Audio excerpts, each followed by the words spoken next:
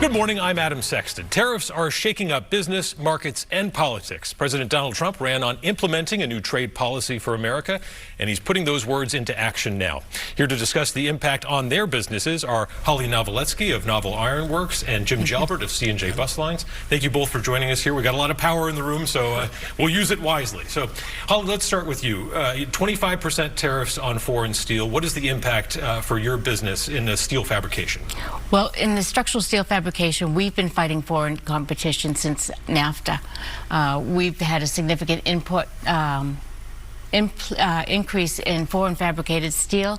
And in 2018, President Trump passed the first 232 to address the imports of foreign steel, because at that time our mills were running at less than 80% capacity, and he identified the fact that structural steel is a national security commodity. We need to make sure that we have a strong supply chain for our boat building, our shipbuilding, our national defense, for critical infrastructure such as water treatment, government buildings, telecommunications, and energy, and we needed to make sure we had that. So when he put in 232, the problem happened was that there became a lot of exemptions and quotas that undermined the intent of 232.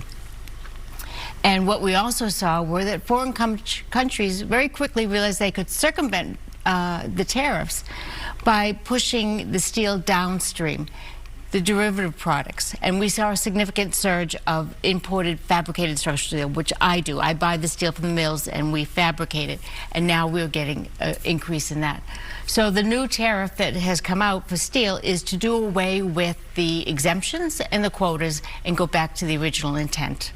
And we're really hoping that will help, because it also includes derivative products, which unfortunately affects your business. Yeah, and good segue there. Thank you, Holly. You know, your company is integral in the transportation network here in the region, but there's no American company that makes the buses that you need to keep your company on the road. So what's the impact for you? Well, first of all, there isn't. I mean, there are companies in the United States that make what they call a rail chassis bus, and that's simply they take a truck chassis and they put a body on it. The type of buses we use are a special design, a monocoque frame, and without getting too technical, and 80% of the buses that you see in the United States right now come out of Canada, and the balance comes out of Europe, and some in Turkey, and some also out of China. Unfortunately, this is what we've been given. There haven't been any manufacturers that have come to the country and decided that they want to do this. We're actually pleased with the product we buy. We buy Prevost product out of Quebec, Canada.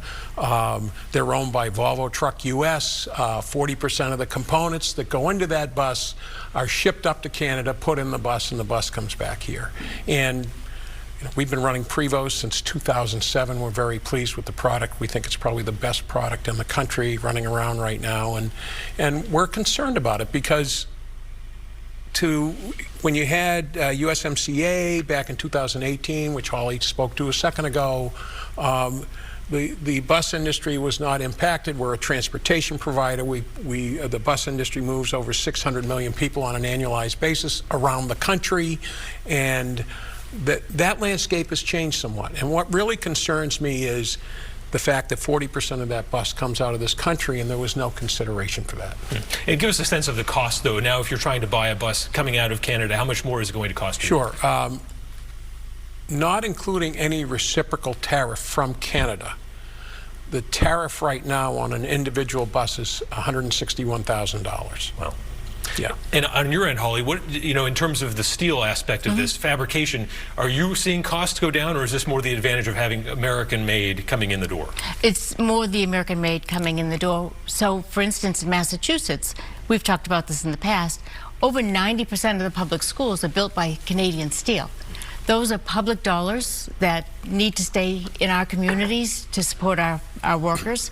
So I get paid to build a building.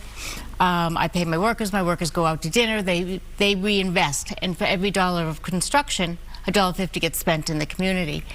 So what we're finding now with the tariff is that the GCs are more reluctant to go north, and they are seeking us out. We just bid a job It was a school in Rhode Island. There were 8 fabricators. 5 of them were Canadian, 3 of them were American. The lowest American was $400,000 higher than the Canadian. They put in the tariff, and the delta came down to $3,000. So take us through. Oh, go ahead. And the other piece is we can't go up to Canada and sell our steel. They have buy Canadian, so we're not allowed. There are these non-tariff barriers to free trade. Financial markets have not responded well to what's been going on. Jim, what has been the impact of market uncertainty, and how do you navigate that from your business? I mean, it's extremely difficult. Ed Bastian from Delta Airlines was on CNBC last week and talked about the softening of air travel in and out of this country.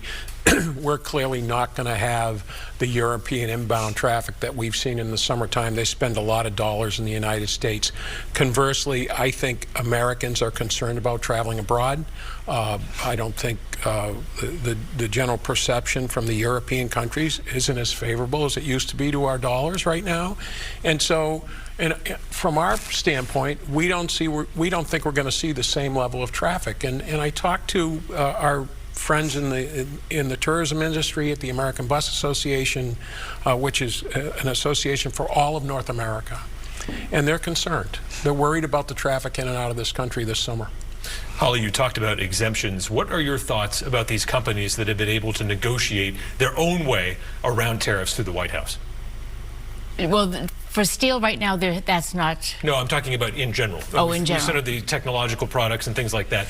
In broad brush, right. You know, these companies that have been able to get exemptions, it seems like that's not very fair. It is not very fair. And there are different tariffs. I think people get very confused. There's the steel tariff, then there's the fentanyl, I call it for the fentanyl, or the border tariff, and then there's the reciprocal tariffs. And I think it's the reciprocal tariffs that they're really renegotiating those prices on, the retaliatory rather. I really focus on the steel because that's the one that impacts me. And the way that they've been written is that they do not cover steel because it's already been covered ahead of time. I think, though, we were talking before, and I think we believe in the long-term goal of tariffs is really to save American manufacturing, American jobs. It may be that we differ on the way it gets played out. Jim, what do you think about the exceptions? You know, look, we are not competitive in every sector. We're never going to be. I mean, I think I look at the 25% tariff on European automobiles coming into this country, and I know that BMW, Volkswagen, AG, a host of other manufacturers are building those products here in the United States. So on the automotive side, at least from a manufacturing standpoint, we're competitive. But when you get into the electronics market, we're not competitive. And we're not going to be. We're just, from a labor standpoint, we just can't get there. And so and Holly and I chatted about that. When somebody's paying, $3 an hour in China, the equivalent of $3 an hour in China to build a component, and we have to pay a livable wage, it just doesn't work. And so we have to reinvent ourselves in some instances. In Holly's case, a tariff makes sense. In my case, where there's reciprocity going back and forth with component and things like that, it has to be taken into consideration. The real concern that I have with all of this, and I spoke about Delta Airlines a few minutes ago, is the shock factor to the economy. And I just don't think that we should be negotiating the way we are. I think that when the president did the UMCA back in 2018, it was a lot quieter. Now 232 got carved out of it, and it wasn't right. But how they did it was dramatically different from now. And I think that to go about it quietly and not shock the markets the same way they have and be as bombastic would better serve the country as a whole. We both have employees who are very concerned about their retirement plans. We both have employees who are very concerned about the cost of living. The administration needs to be more mindful of that. And I think if they are, I think this 90-day thing, as we discussed, is sort of like a cooling off period, if you will. I think there are conversations, and you just told me you were just involved in some of that, that could be beneficial and get something done. there are trade imbalances. We've got a little bit of time left. I'm curious for your perspective, both of you, what you would like the government to do with all of this revenue it's going to generate. I'd like to pay down our debt, and I'd like to shore up Social Security. All right. And Jim, what do you think? We have a lot of debt that it was bonded 15 years ago that's going to go from 2.5% to 6.5%. Over 30% of our annualized budget pays the interest on national debt. We need to take the tariff money and we need to pay down the debt. All right. Holly Navaletsky, Jim Jalbert, we appreciate your time and perspective here on Close Up. Thanks so much. Thank you. Thanks, Adam. All Thank right. you. We'll be right back with the new chair of the New Hampshire GOP with the planning happening now for the midterms. Stay with us.